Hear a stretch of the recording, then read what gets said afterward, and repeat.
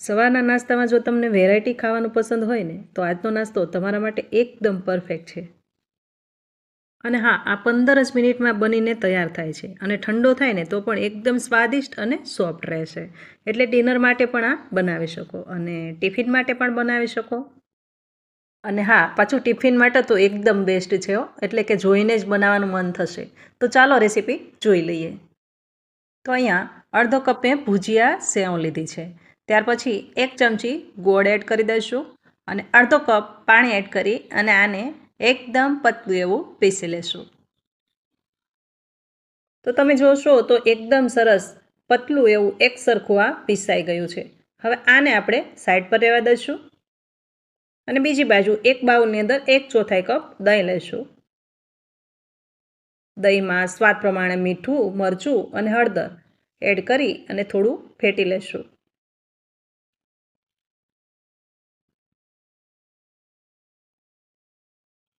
ત્યાર પછી 1/4 કપ પાણી એડ કરી દઈશું. ફરી પાછું આપણે થોડી વાર ફેટી લઈશું. ફેટાઈ ગયા પછી અહીંયા તમે કોઈ પણ મનપસંદ સબ્જી આની અંદર એડ કરી શકો. મેં અહીંયા ગાજર અને ડુંગળી લીધી છે. એક ડુંગળી આ રીતે બારીક કાપેલી છે, અડધું ગાજર ખમણીને એડ કર્યું છે. બરાબર હવે ફેટી લઈશું. ત્યાર પછી આમાં લઈશું 1 કપ બાજરીનો લોટ.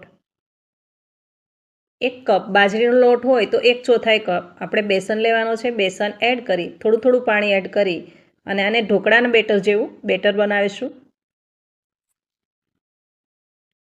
આ રીતે થોડું પાણી એડ કરી અને બેટરને આટલું થિકનેસમાં બનાવી લઈશું. બરાબર ફેટી લઈશું. તો આ નાસ્તો એકદમ સરસ સોફ્ટ અને જાળીદાર બને છે અને બાજરીના લોટમાંથી તૈયાર થાય છે. હવે આ રીતે આ બેટરને આપણે રહેવા દઈશું. બીજી બાજુ એક પેન લઈશું. પેનમાં આપણે 1 ચમચી ઘી મૂકી દઈશું. ઘી થોડું એવું ગરમ થાય એટલે રાઈ એડ કરી દઈશું. અડધી ચમચી રાઈ એડ કરી છે. રાઈ એડ કર્યા પછી થોડું એવું જીરું એડ કર્યું છે. ત્યાર પછી આદું અને મરચી, લસણ 3 સરખા ભાગમાં બારીક સમારેલા એડ કર્યા છે. કઢી પત્તા 10થી 12 પાન બારીક સમારીને એડ કર્યા છે. 1 ચમચી તલ. હવે આ બધું જ આપણે આને સાતળી લઈશું. એકદમ લો ફ્લેમ પર આને 1 મિનિટ માટે આપણે સાતળી લઈશું. તો હવે આ જે મસાલા છે ને એને આપણે જે બેટર બનાવ્યું એની અંદર નાખી દઈશું અને બેટરને બરાબર મિક્સ કરી લઈશું. આ નાસ્તો એકદમ સોફ્ટ છે, જાળીદાર છે, ટેસ્ટી પણ છે અને હેલ્ધી પણ છે. તો એક વખત આ રેસીપી ચોક્કસથી ટ્રાય કરજો. હવે આ જે બેટર છે એને આપણે સાઈડ પર રહેવા દઈશું. બીજી બાજુ ફરી પાછી આપણે એ પેન લઈશું. પેનમાં 1 ચમચી ઘી મૂકી દઈશું. ઘી ગરમ થાય એટલે રાઈ એડ કરી દઈશું. ફ્રાય એડ કર્યા પછી થોડું એવું લસણ એડ કર્યું છે, જેને પણ બારીક સમારેલું છે. એક મરચીને આ રીતે બારીક સમારીને એડ કરી છે. એક સૂકું લાલ મરચું આ રીતે તોડીને એડ કરી દઈશું. 10થી 12 લીમડાના પાન એડ કરી દઈશું. બરાબર 1 મિનિટ માટે આને સાતળી લઈશું.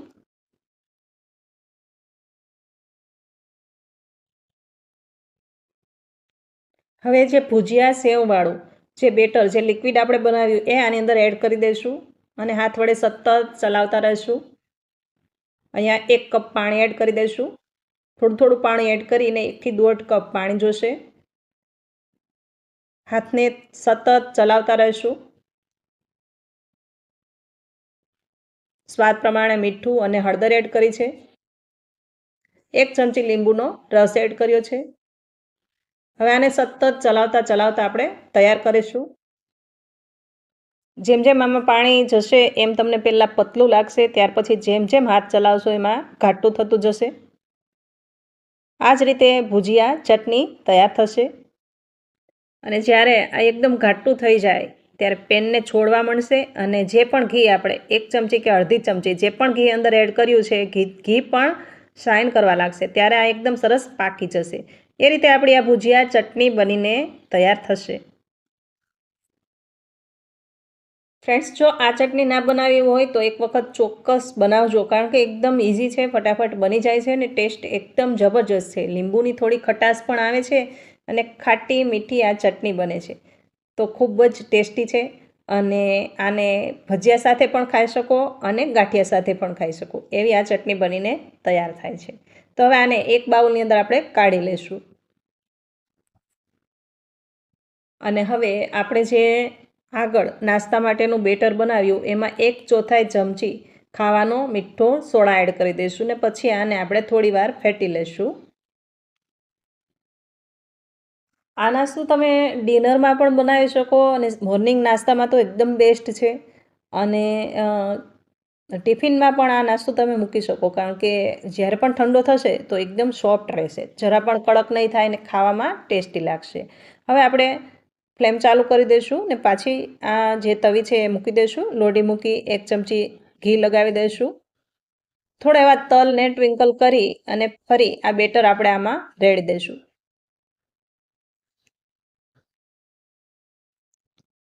હવે કઢાઈ બરાબર ગરમ થાય ને એટલે 2 ચમચા બેટર આમાં રેડી દઈશું અને પછી ચમચા વડે થોડો એવો એને રાઉન્ડ શેપ આપી અને ઉપરથી તલને ટ્વિંકલ કરી દઈશું ને ઢાંકણ ઢાંકી અને 2 મિનિટ માટે આને થવા દઈશું.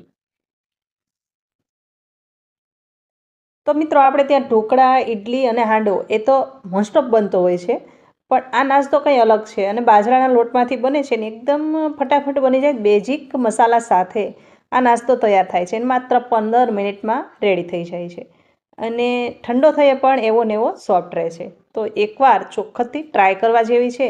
હવે આ રીતે 2-3 મિનિટ પછી આપણે આને પાછું પલટાવી દઈશું. કોર્નર પર ઘી લગાવી અને આને થવા દઈશું. હવે આને ઢાંકવાની પણ જરૂર નથી, પણ હું અહીંયા ઢાંકું છું, પણ ના ઢાંકો તો પણ થઈ જશે. પાછું આને આપણે પલટાવી લઈશું. ઉપરથી એકદમ ક્રિસ્પી અને અંદરથી એકદમ નરમ એવો આ નાસ્તો બને છે. તો આ રીતે અલટ પલટ કરતાં આપણે આ નાસ્તાને બનાવી લઈશું. એ જ રીતે પાછું કઢાઈમાં થોડા એવા તલ ટ્વિંકલ કરી થોડું ઘી લઈ અને આ રીતે બેટર રેડી ઉપરથી ઢાંકણ ઢાંકી આને થવા દઈશું. તો મિત્રો 1 કપ બાજરાના લોટમાંથી 1 કપ બાજરાનો લોટ સાથે 1/4 કપ આપણે બેસન લીધો હતો. તો આટલા આપણે જે બેટર બનાવ્યું એમાંથી 3 આ રીતે સેટ બનીને તૈયાર થશે. એકદમ સરસ, એકદમ ટેસ્ટી અને એકદમ હેલ્ધી બનાવી શકો. હજુ જેટલા પણ સબ્જી તમે આની અંદર નાખવા માંગો એટલા નાખી શકો. તો આ રીતે આ નાસ્તો બનીને તૈયાર છે. અને હા, આ નાસ્તાને જે આપણે ચટણી બનાવી એની સાથે ખાશો તો એકદમ કંઈ ટેસ્ટ અલગ જ આવશે. એટલે ચટણી પણ એક વખત ચોક્કસથી બનાવજો અને કહેજો મને કોમેન્ટમાં કે કેવી લાગી આ રેસીપી. અને હા, જો ચેનલ પર પહેલી વાર આવ્યા હોય તો મારી ચેનલને સબસ્ક્રાઈબ કરી લેજો. ફરી પાછા મળીશું એક નવી રેસીપી સાથે. ત્યાં સુધી આવજો. Thank you for watching.